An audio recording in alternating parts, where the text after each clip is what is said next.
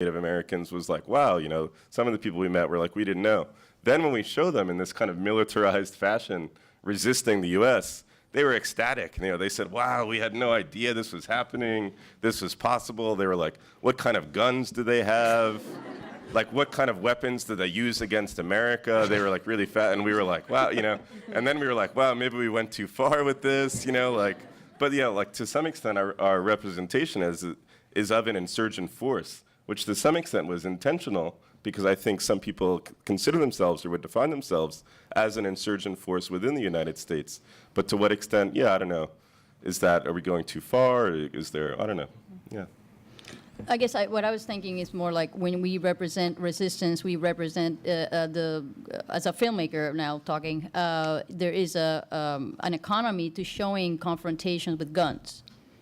Because it's inherently dramatic and allegorical and so forth. But so that's why I was trying to see if you guys could weigh in a bit about what is the relationship of that kind of staging of resistance with everything else that's going on. That's not that. Mm-hmm. I wonder if you can comment. Actually, before that, I'm wondering why the refugees in the camps didn't recognize that before your film that there are Native Americans, because we were taught that America was built on the bodies of 60 million Native Americans. So it's common in the Arab world, especially in Syria, Lebanon, this kind of teaching. Another thing, if the current situation of Native American reflects the failure of the U.S. and Canadian policies to integrate. Actually, I don't know if this term is accurate. To integrate Native Americans in their lands, it's kind of weird, or to integrate with Native Americans. But the situation of Palestinian refugees, either in Lebanon, Syria, especially now in Syria, gives you a very perfect example for a very intended policies from these governments to get rid of all Palestinians. You think a lot about the why thing, why everybody wants to get rid of us. I don't want to go through the conspiracy thing, but the history of Palestinians in the region, especially in the camps, in each war of these, every single time there was at least one camp was completely destroyed and removed, completely, and the populations of these camps were almost massacred, all of them. Mm-hmm. In Jordan, that happened. In the Lebanese civil war in 1976, Tal al-Za'atar camp, for example, it's well known. And now in Syria, before when Palestinians went out of Palestine in 1948, there were about 54 camps for them in the region. I'm not sure now that if the camps are more than 20 or 25. A lot of these camps were destroyed during the Lebanese civil war. And now in Syria, Al Yarmouk camp, which was a house for more than 150,000 Palestinians, there is only about 3,000 now inside this camp. Other camps in Syria, like in the north, and especially in the north, there is a camp was completely removed.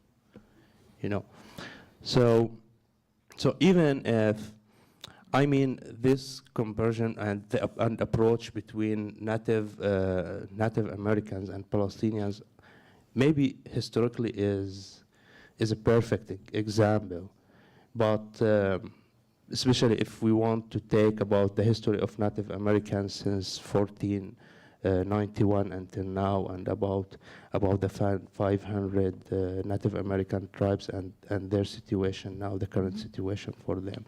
Maybe it's a perfect approach. But if we want to get approach about the current situation of the Native Americans and Palestinians, I think if you want to see the refuser really, you have to go to the Middle East and live only like for a few days in one camp in Lebanon. Well, one thing I think we should avoid doing is comparing in these really concrete terms as if one is more awful than the other. So that would be one point I would make empirically, because I think we're living in a space of disavowal, ongoing disavowal, post-genocidal, ongoing genocidal disavowal, democratized occupation. So I don't need to go to the Middle East to see horror, right? And it's an inheritance here. It's an ongoing one. It's been whitewashed. So my job as a comparativist, if I'm trying to do that, is to understand your situation in its complex, philosophical, militaristic, historical context, and to appreciate it in its ambit of articulation, and for you to do the same for ours here. So I shouldn't have to travel there. I trust you. But you also should be able to recognize here what the fuck is going down, right? Which is ongoing death, and it's ignored. It's okay, because some of us vote, but many of us don't. Many of us see voting as a violence.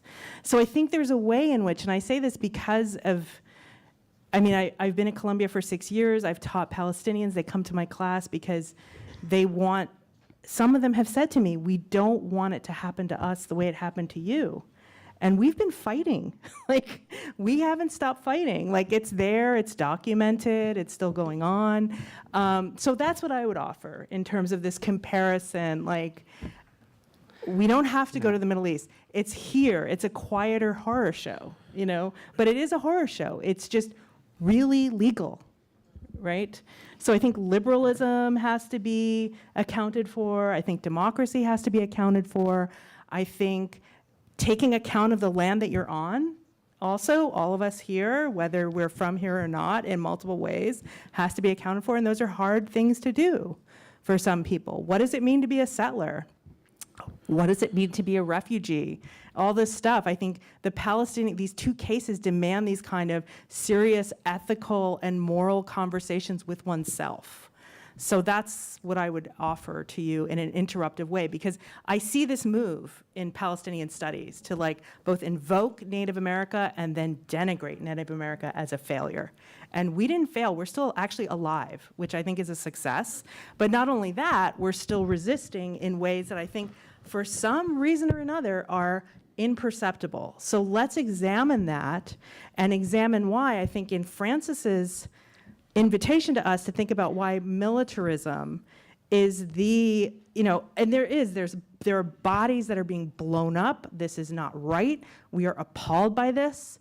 There are certain kinds of forms of disaster that matter more than others.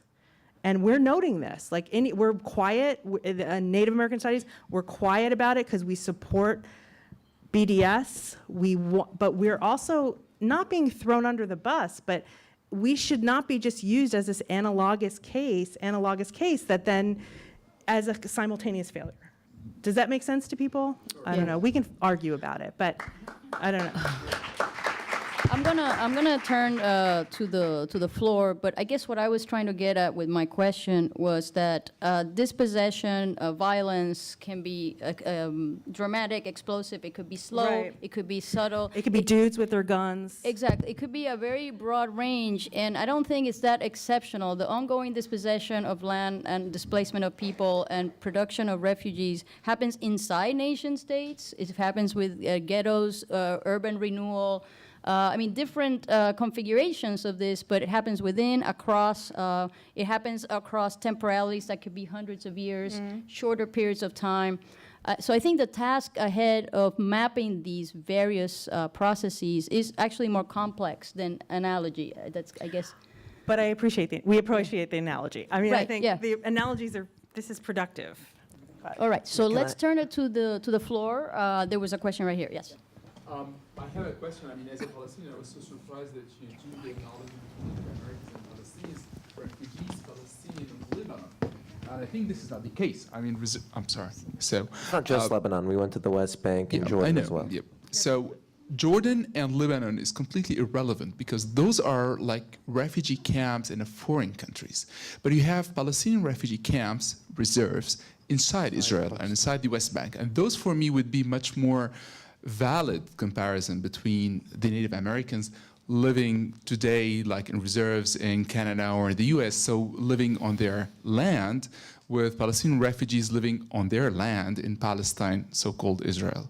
So why did you do that choice? I mean, to go to Lebanon or to go to Jordan and showing a fight, which is not a fight, I mean, which was like going very quickly and jumping into very quick conclusions about Lebanon. And I don't feel that the movie, I mean, or the short movie really covered this very well. We're not trying, the point is not to find, I mean, maybe we get lost in this comparison thing I have to keep restating. We're not trying to say that they're exactly the same or find a direct parallel. It's about opening up a conversation, not about a point by point, bullet point by bullet point, you know, thing of similarity. We did go to the West Bank. We went to refugee camps in the West Bank. So that is part of the story. And then as well, it's not correct to assume that all reservations are on the land that the native tribes were already on. For example, you have the case of Oklahoma, where the tribes were relocated to an area that's not there. So a lot of reservations are on land that's not for that tribe, or that tribe did not historically inhabit. So it's not all. It's incorrect to assume that all reservations are on the land that they were on. So that's to answer that. I wanted to just quickly add a point to what Nidal was saying before about how every time there's a war, it's an opportunity to kind of destroy Palestinian identity or the Palestinian people or the community or the identity through destructions of camps. And that goes back to the importance of the camp in maintaining a sense of the Palestinian identity as a refugee, and the destruction of these camps that happened in the Lebanese Civil War, that happening now in the Syrian Civil War.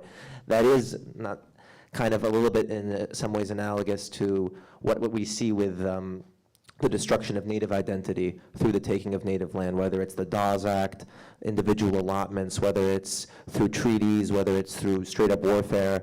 The destruction of communal bases of land by awarding it to individual people or by outright taking it is part of a way of destroying native identity through destroying the land base. And I think the destruction of the camps that goes on in these different wars is a similar thing with the Palestinians. That's just to go to his point earlier. I think a fascinating move that they're making theoretically is it's like a shadow over these conversations is Agamben and settler colonialism. And those things aren't thought enough together at once. And Agamben's, whole theory of sovereignty is that sovereignty is produced through the death of the singular person stripped bare of life within a place like a camp. And I think this is something that for me, like the comparative project is fraught and difficult, et cetera, but I think this is really productive for them to zero in on the idea of a camp and a reservation as these spaces of exception where all things go on the beings within, but then also they demonstrate how all things fail or can fail on the spaces within, or the people within. So I just offer that because I felt this is the second set of conversations we've had about this. We did this at eFlux before, and I agree with you, like there are probably geopolitical disconnects, et cetera, and I push them in particular ways. I hope it's taken well, because these are hard, really hard conversations. We've been having them at Columbia, and they're great. They're hard, and they're great. But I think theoretically, you're doing interesting work here with this case making.